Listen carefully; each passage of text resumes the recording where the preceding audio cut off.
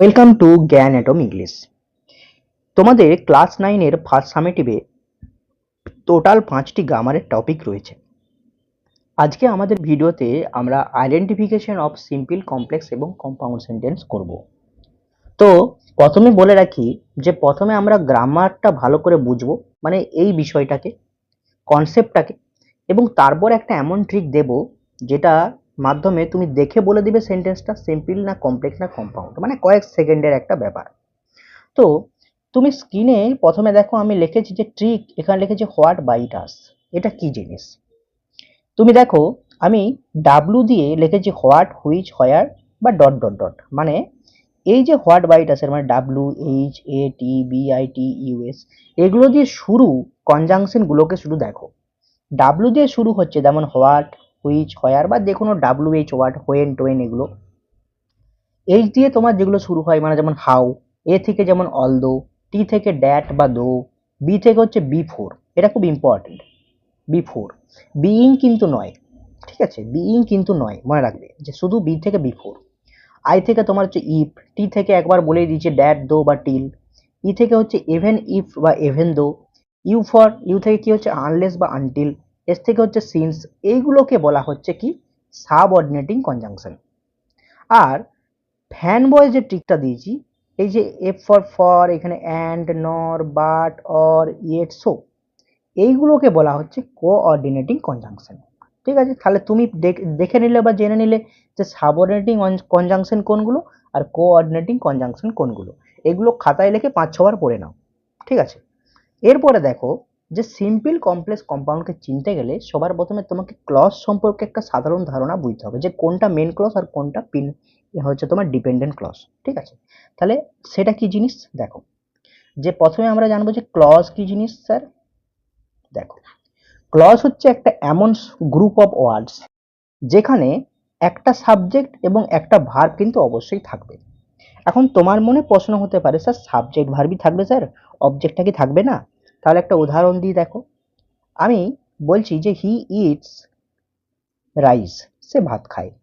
তো এখানে হি হচ্ছে সাবজেক্ট, ইটস হচ্ছে ভার্ব এবং রাইস হচ্ছে অবজেক্ট। হুম, তাহলে সে ভাত খায়।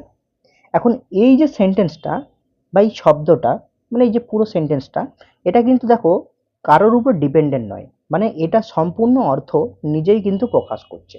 এমন নয় যে স্যার আমার এটা পড়ার পর মনে আরো প্রশ্ন জাগছে যে স্যার ঠিকঠাক তো সেন্টেন্সটা হলো না, হ্যাঁ কিছু নিশ্চয়ই আছে আগে পড়ে, না, এটা সম্পূর্ণ অর্থ প্রকাশ করেছে।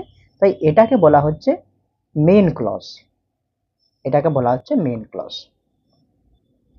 এই মেন ক্লজকে বিভিন্ন নামে ডাকা হয়, কখনো বলে এটাকে প্রিন্সিপাল ক্লজ, আবার কখনো এটাকে বলা হয় ইন্ডিপেন্ডেন্ট ক্লজ, ইন্ডিপেন্ডেন্ট ক্লজ। আচ্ছা, যেমন ধরো একটা কলেজে একজন প্রিন্সিপাল থাকে, ওই প্রিন্সিপাল হচ্ছে কলেজের হেড, তিনি তো কারোর উপর ডিপেন্ডেন্ট নয়, সব স্যারের আবার মানে যারা প্রফেসর তারা কিন্তু প্রিন্সিপালের কথা শুনে চলে। তো সেই রকম মেন ক্লজ বা প্রিন্সিপাল ক্লজ বা ইন্ডিপেন্ডেন্ট বা স্বাধীন ক্লজ, সেটা মানে কি সে নিজেই নিজের অর্থ প্রকাশ করে, এ কিন্তু কোনো কারোর উপর ডিপেন্ডেন্ট নয়। হ্যাঁ, কেন ডিপেন্ডেন্ট নয়? এবার দেখো, এইখানে আমি বললাম যে এখানে দেখো সাবজেক্ট আছে, ভার্ব আছে, অবজেক্ট আছে। তো স্যার আপনি তো বলেছেন ক্লজ মানে সাবজেক্ট এবং ভার্ব শুধু থাকলেই হলো। তো যদি শুধু এটা লেখা থাকতো হি ইটস, সে ভাত খায়, মানে সে খায়, তো এটা কি সেন্টেন্স হতো না? এটাও তো পূর্ণাঙ্গ সেন্টেন্স। কিন্তু এখানে শুধু সাবজেক্ট রয়েছে, ভার্ব রয়েছে, তাহলে এটাও তো sir main clause, main clause, বুঝতে পারছো, এটাও তো স্যার মেন ক্লজ। তাহলে ক্লজে শুধু সাবজেক্ট এবং ভার্ব থাকলেই হলো। হুম, তাহলে এটাও ছিল তোমার মেন ক্লজ। এরপরে দেখো, একটা হচ্ছে তোমার মেন ক্লজ বা প্রিন্সিপাল ক্লজ বা ইন্ডিপেন্ডেন্ট ক্লজ, আর একটা হয় তোমার সাবঅর্ডিনেট ক্লজ বা ডিপেন্ডেন্ট ক্লজ।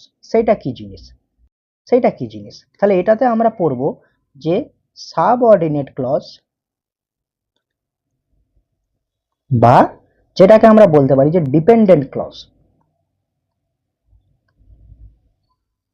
ক্লজ উদাহরণ দিয়ে বুঝি, সহজ হবে। He can not come because, কারণ হি ইজ ইল, মানে সে আসতে পারেনি, বা সে ক্যান নট কাম, আসতে পারবে না বা পারেনি। কারণ কি? কারণ সে অসুস্থ। তাহলে যদি এই দিকের সেন্টেন্স মানে এই দিকের অংশটা এই সেন্টেন্সের মধ্যে না থাকতো বিকজ হি ইজ ইল, শুধু যদি থাকতো যে হি ক্যান নট কাম, তাহলে এইটা সাবজেক্ট, এই যে ভার্ব, আমার অবজেক্টের দেখে লাভ নেই, চুলোই যাবো। তাহলে হি ক্যান নট কাম, এটা তোমার হচ্ছে সম্পূর্ণ অর্থ প্রকাশ করছে, কারোর উপরে ডিপেন্ডেন্ট নয়, বিকজ হি ইজ ইলের সঙ্গে ডিপেন্ডেন্ট নয়, বাদ দাও, ছেড়ে দাও, শুধু লেখা আছে হি ক্যান নট কাম, তাহলে এই তো সম্পূর্ণ অর্থ প্রকাশ করছে। তাহলে যেহেতু এই অংশটা সম্পূর্ণ অর্থ প্রকাশ করছে, কারোর উপর ডিপেন্ড করেনি, তাহলে এটা হবে মেন ক্লজ। এবার তোমার মনে হতে পারে স্যার তো এটা তো একটা সেন্টেন্সে আছে, তাহলে সম্পূর্ণ অর্থ কেন প্রকাশ করছে না? আরে বাবা, আমি তো বললাম যে বিকজ হি ইজ ইল, এই অংশটা বাদ দিয়ে দাও, এই অংশটা বাদ দিয়ে দাও, ধরো শুধু সেন্টেন্স লেখা আছে হি ক্যান নট কাম, তাহলে কি আর বাকিটা লেখার দরকার ছিল? তুমি তো এটা দেখেই বুঝতে পারছিলে যে এটা তো একটা সেন্টেন্স, এটা সম্পূর্ণ অর্থ প্রকাশ করছে, যে সে আসতে পারেনি, ঠিক আছে। কিন্তু যদি শুধু এইটুকু লেখা থাকতো যে বিকজ হি ইজ ইল, কারণ সে হয় অসুস্থ, মানে সে অসুস্থ, এখন তোমার তো মনেই হবে যে কারণ সে অসুস্থ আবার কি, এ তো সেন্টেন্স সম্পূর্ণ হচ্ছে না, নিশ্চয়ই এর আগে কিছু লেখা রয়েছে।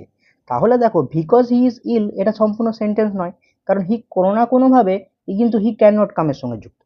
যখন আমি বললাম হি ক্যান নট কাম, তখন বলবো সে আসতে পারেনি কারণ সে অসুস্থ, মানে মানে এটা যদি তোমার কারণ মানে হচ্ছে তোমার এটা যদি তোমার কারণ হয়, তাহলে এটা হচ্ছে তোমার ফলাফল, তাহলে এখানে একটা কজ এফেক্ট ব্যাপার রয়েছে, একে অপরের সঙ্গে সম্পর্কিত রয়েছে, অর্থাৎ এই অংশটা তোমার এই কোনো না কোনোভাবে মেন ক্লজের উপর ডিপেন্ডেন্ট রয়েছে। তাহলে যেই জিনিসটা তোমার ডিপেন্ডেন্ট থাকে সেটা তোমার হচ্ছে সাবঅর্ডিনেট ক্লজ বা ডিপেন্ডেন্ট ক্লজ।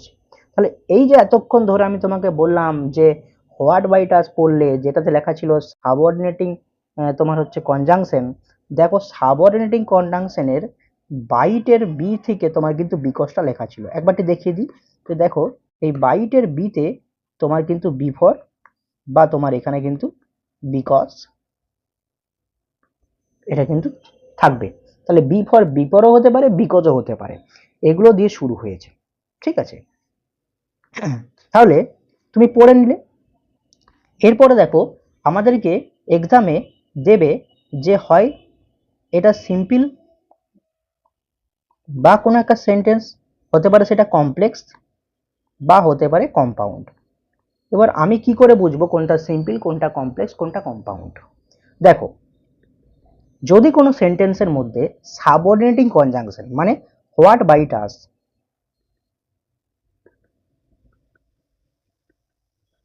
বা কোঅর্ডিনেটিং কনজাংশন মানে যে ফ্যান ভয়েসের ঠিক দিলাম ফ্যান ভয়েস, এগুলো থাকে, হ্যাঁ মানে এগুলো না থাকে, সরি, যদি কোনো সেন্টেন্সের মধ্যে হোয়াট বাইট আস বা ফ্যান ভয়েস এই দুটোই না থাকে, তখন সেটা হবে সিম্পল সেন্টেন্স, মানে দুটোই থাকবে না, ঠিক আছে।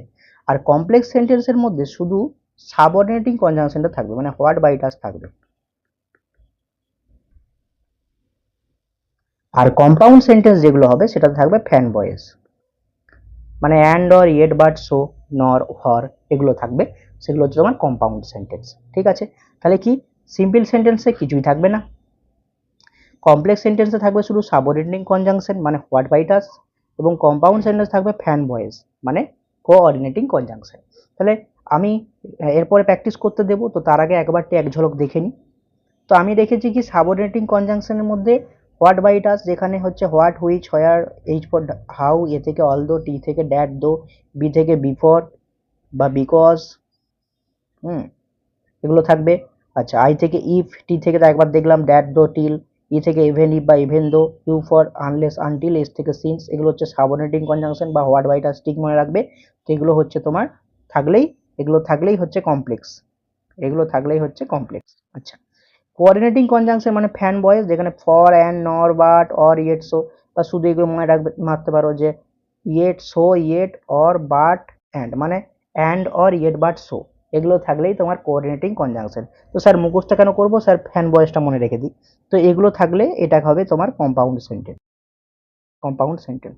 তাহলে ফ্যান ভয়েস দেখলেই কম্পাউন্ড, হোয়াট বাইটাস দেখলেই কমপ্লেক্স, আর যদি কোনোটাই না খুঁজে পাও সিম্পল, কোনোটাই না খুঁজে পাও সিম্পল, ঠিক আছে। তাহলে চলো আগে প্রথম প্র্যাকটিস করে নিই। ফার্স্ট প্রশ্ন বলেছে যে বিকজ হি ওয়াজ ইল, যেহেতু সে ছিল অসুস্থ, he did not go to school, তাহলে হোয়াট বাইটাসের বি থেকে বিকজ রয়ে গেছে এখানে, তাহলে হোয়াট বাইটাস থাকলে কি হয় কমপ্লেক্স সেন্টেন্স, ওটা হচ্ছে সাবঅর্ডিনেটিং কনজাংশন, তাহলে এটা হবে তোমার কমপ্লেক্স, ঠিকটা কয়েকবার লিখে নেবে যে স্যার হোয়াট বাইটাসটা এখানে ছিল, বা মনে মনে একবার রিকল করে নেবে, তাহলেই মুখস্থ হয়ে যাবে।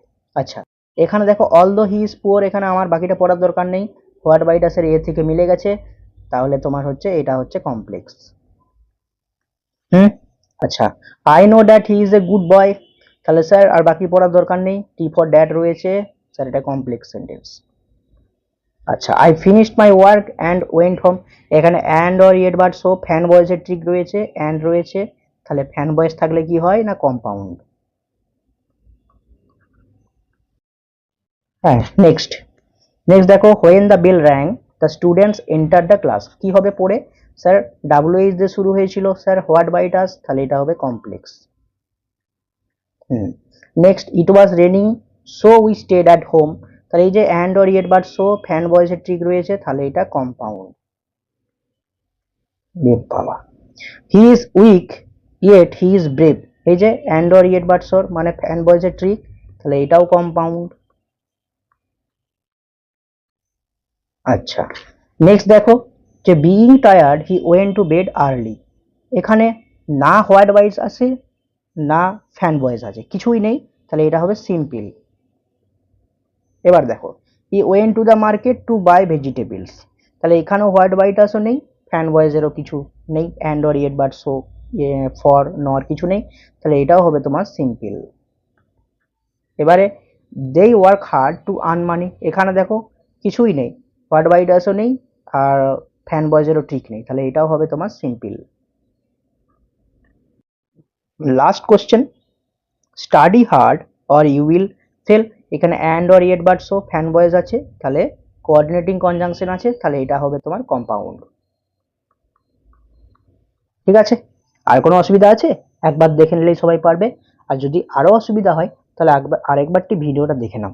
ঠিক আছে, তো পরের দিন সোমবার দেখা হচ্ছে একটা নতুন টপিকের সাথে, ততক্ষণ তোমরা ভালোভাবে পড়ো, ফার্স্ট সামেটিভে গ্রামারে কোনো ভয় পাওয়ার কারণ নেই, যে বা যারা দেখছো সে একজন দেখো বা দুজন দেখো, তাতে আমি যদি একজনকে সাহায্য করতে পারি আমি অনেক নিজেকে ধন্য মনে করব। তো আমি এটুকু বলতে পারি, যে ঠিকঠাকভাবে জেনেছে আজকের ভিডিওটা দেখেছে, তার সিম্পল কমপ্লেক্স কম্পাউন্ড আইডেন্টিফাই করতে কোনো অসুবিধা হবে না। ঠিক আছে, তো দেখা হচ্ছে পরের ভিডিওতে, ততক্ষণের জন্য বাই।